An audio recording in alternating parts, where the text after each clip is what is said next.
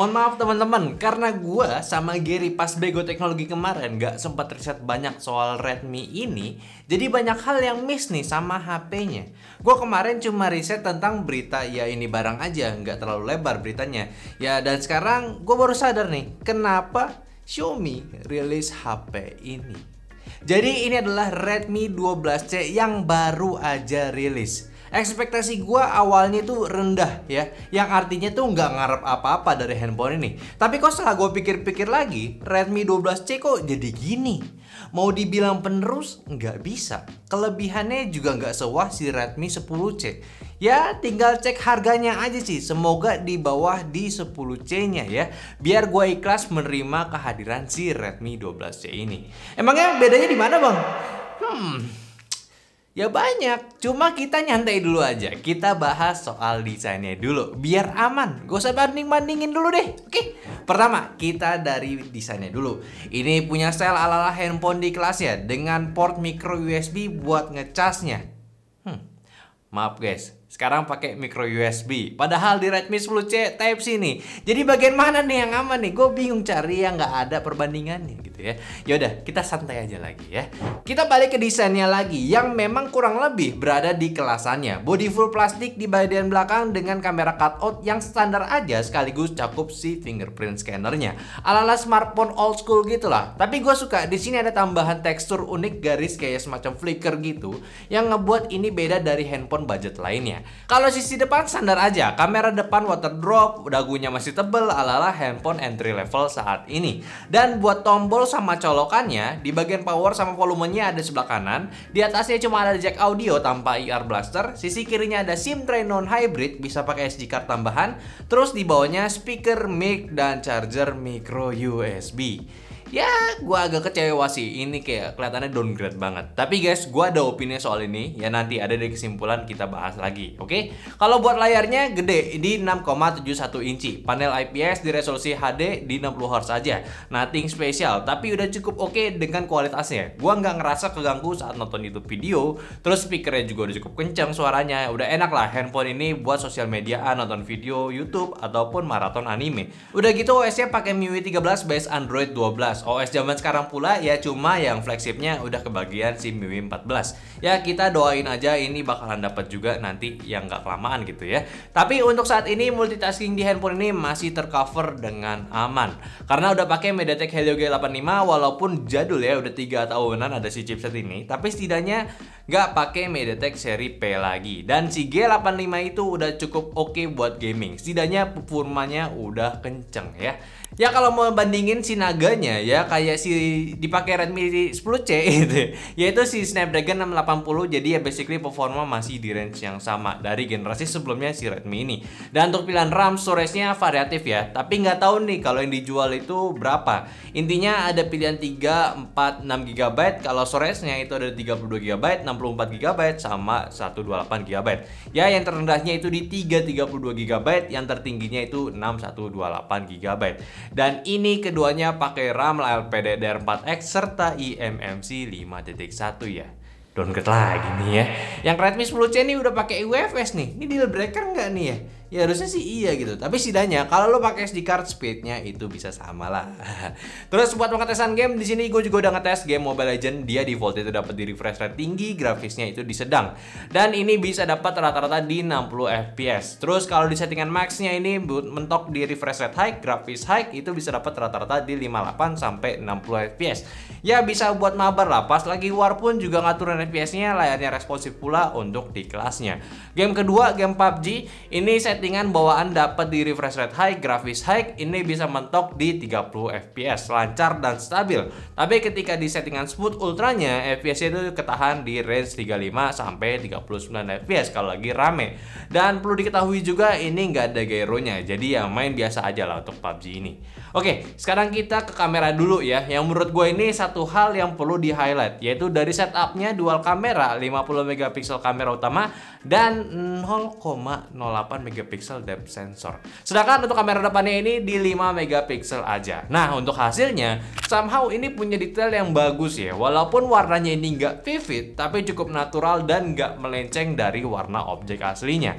Terus dynamic range-nya di mode standarnya biasa aja, highlightnya awan itu nggak keangkat. Tapi kalau lo aktifin mode HDR-nya, baru deh si HP ini bekerja lebih baik lagi. Tapi ada catatan, tambahan processing fotonya ini agak bikin white balance-nya itu kayak kebiruan gitu. Tapi tetap cakep hasilnya. Terus di 50 megapikselnya, di resolusi maksimalnya sendiri juga masih sama hasilnya kayak mode standarnya, dengan detail yang tentunya lebih banyak informasinya.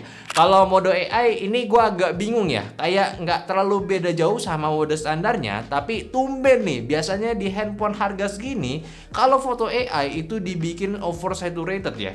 Ya kalau mau dibilang nice ya sebenarnya nice, tapi secara standarnya ya harusnya ya udah oke juga sebenarnya. Ya kalau foto mode malamnya di mode standar emang nggak bagus fotonya, kayak bener-bener angkat cahayanya biar bisa kelihatan objeknya, tapi malahan detailnya itu hilang. Sedangkan untuk mode night mode-nya ini lumayan ngebantu objeknya jadi lebih jelas ya, walaupun di ranah yang ya biasa juga sebenarnya. Kalau pengezooman bisa up to di 10 kali, dan untuk di maksimal zoom-nya pun ini bisa memberikan detail yang oke lah untuk sebuah handphone entry level.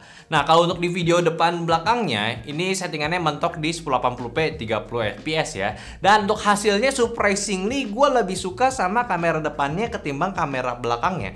Kita bahas dulu deh dari kamera depannya ya. Pertama, ini punya angle yang sedikit lebih luas framingnya. Di pencahayaan yang oke, ini hasilnya bagus loh untuk di HP kelas-kelas ini. Sedangkan kalau mau kamera belakang ya warnanya sebenarnya udah oke juga. Nggak ada stabilizer tapinya, ya standar lah, bukan jelek. Memang kualitas di harga entry level smartphone cuy. Tapi perlu dikasih catatan lagi ya. Ini bisa rekam Full HD, sedangkan handphonenya ini punya layar di HD aja atau di 720p. Jadi jangan salah paham dulu kalau misalkan hasilnya itu jelek kayak over sharpening ya. Ini karena layarnya aja nggak sama kayak hasil videonya. Ini wajar banget. Kalau kalian pindahin ke laptop ataupun ke komputer, ini bisa dilihat lebih jelas lagi. Oke?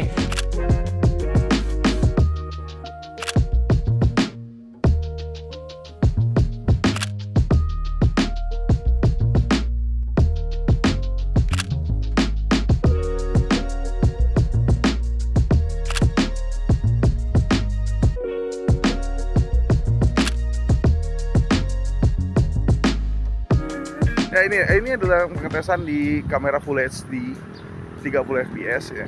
Ini sih awannya sih bisa kelihatan ya. Oke. Maksudnya untuk HP-HP yang bukan HP mid-range ya, ini entry ya oke. Iya dong. Untuk mic-nya gue udah dengerin ya emang nggak terlalu baik gitu ya. Maksudnya tapi ya nggak yang buruk banget gitu. Ini kalau lu masih buat buat apa sih report-report ke keluarga atau kerjaan sih masih oke lah. Ini kayak gue misalnya, nih saya lagi di sini pak, ini pak, ini kejadian gini, nah, masih kelihatan gitu, masih bisa ngasih info, dah itu.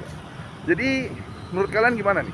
Cocok untuk kalian atau cocok untuk jadi second device kalian? Apakah ini bikin si itu ketar-ketir? Silakan nanya sendiri. Wow. Oke, kita lanjut ya ke konektivitas. Ini handphone masih 4G ya, dengan Bluetooth 5.1 serta masih bisa pakai radio. Ini lumayan. Sedangkan untuk NFC ini belum ada juga, jadi perlu dicatat juga buat teman-teman. Kalau keamanan ini ada fingerprint yang tadi ada di belakang fingerprint, dan juga handphonenya bisa face unlock pula. Kalau sensor ini cukup minim ya. Di sensor box ini yang nyala cuma akselerasi, sensor cahaya sama proximity. Tapi anehnya ketika gua cobain cahaya ini nggak bekerja. Jadi ada apa enggak nih sensor cahayanya? Kalau baterai di 5000 mAh pengecasan 10 watt doang. Ini ya irit banget sih ya baterainya. Cuma kalau ngecas lagi ya lama banget. Di kita tes itu dari kosong ke fullnya lagi itu makan waktu sekitar 3 jam ya. Ya ini mah cas buat pas tidur aja lah. Nah, gua lanjutin nih, kenapa micro USB itu masih oke. Nah, terlepas dari teknologi USB-C yang udah jauh lebih advance ketimbang micro USB, nyatanya masih banyak orang yang terikat penggunaan di micro USB. Gini, pasar handphone ini kan bukan untuk kebanyakan orang produktif di perkotaan ya. Ya kalian juga udah ngerti lah teknologi kayak gimana ya. Ya udahlah, kalian udah punya pilihan handphone yang bagus. Sedangkan kalau handphone ini Mungkin yang digunakan itu sama orang-orang yang nggak terlalu pentingin soal teknologi. Yang penting punya handphone, dan kebetulan handphone sebelumnya itu pakai micro USB di keluarganya juga. Kayak ortu lu, anak-anak yang nggak peduli charger itu kayak gimana. Kalau sebelumnya micro USB ya dia taunya harusnya micro USB juga. Kalau perlu ganti ya masih satu keluarga gantinya biar nggak kecampur-campur tuh kabelnya. Jadi ya itu sih pasarnya, dan sulit untuk mereka mengubahnya ke Type-C kalau cuma satu handphone doang di salah satu anggota keluarganya. Jadi ya diwajarkan aja untuk handphonenya masih pakai micro USB. Ya tapi gua nggak mewajarkan Redmi kenapa banyak penurunan ya di Redmi 12C daripada Redmi 10C. Apa bener ini generasi barunya atau ada perubahan spesifikasi jadinya si Redmi C ini generasi barunya itu bukan si handphone ini?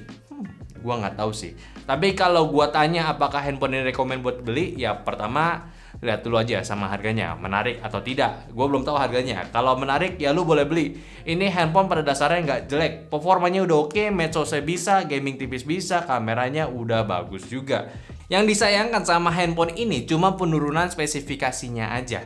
Gua nggak tahu nih strategi Xiaomi itu apa nih sama handphone ini. Kita lihat aja mereka menargetkan handphonenya itu ke siapa, atau bandingin ke handphone apa. Atau memang buat manas-manasin dulu nih sebelum ke Redmi Note 12. Soalnya Pak Wentau nih udah mulai ngetis nih. Menarik cuy. Oke, mungkin itu aja dulu pembahasan gue dari Redmi 12C, handphone Xiaomi yang terbaru. Tolong bantu share juga video ini ke teman-teman kalian yang lagi butuh handphone terbaru dari Xiaomi yang harganya nggak mahal-mahal banget.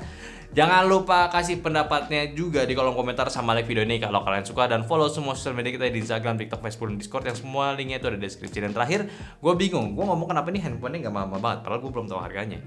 Ya kita lihat aja harganya itu berapa. Oke, sampai jumpa di video nyantai selanjutnya. Bye bye.